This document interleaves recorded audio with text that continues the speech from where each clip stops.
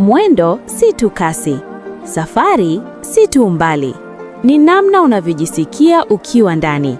Saratoga inaongeza sura mpya kwenye familia yake, na hii sura inasema zaidi kuliko neno basi jipya.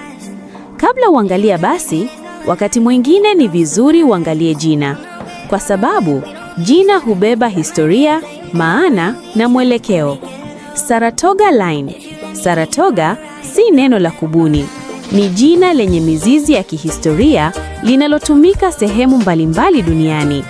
Asili ya jina Saratoga inahusishwa na neno la kale la asili ya Amerika ya Kaskazini lililotumika kumaanisha eneo la utulivu, mapumziko na nguvu. You know him or her?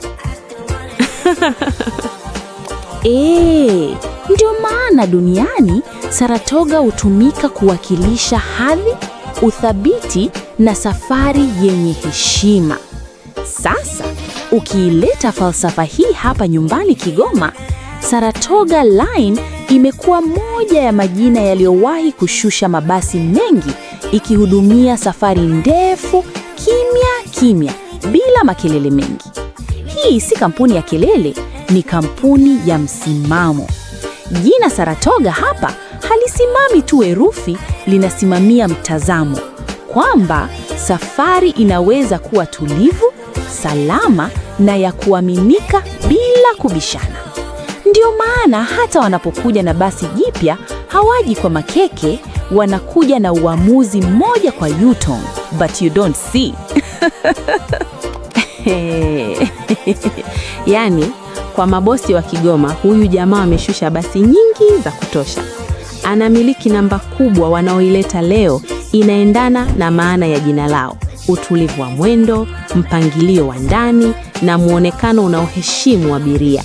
Saratoga Line ni jina lililobeba hadhi likatafsiriwa kwa vitendo barabarani. Kwa wale wanaoelewa historia, wanaoheshimu safari na wanaojua kuwa jina lina maana. Saratoga Line.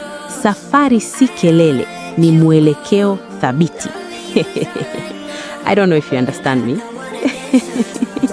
Saratoga Line ana sifa zake, kuanzia madereva wenye uzoefu na barabara, na huduma zake usafi na usalama wa hali ya juu. Nauli rafiki kutokana na mahitaji ya safari yako. Saratoga Line, safari salama huanza na dereva mahiri. Haya, huyu hapa baki nasi kwa usafiri bora mikoani.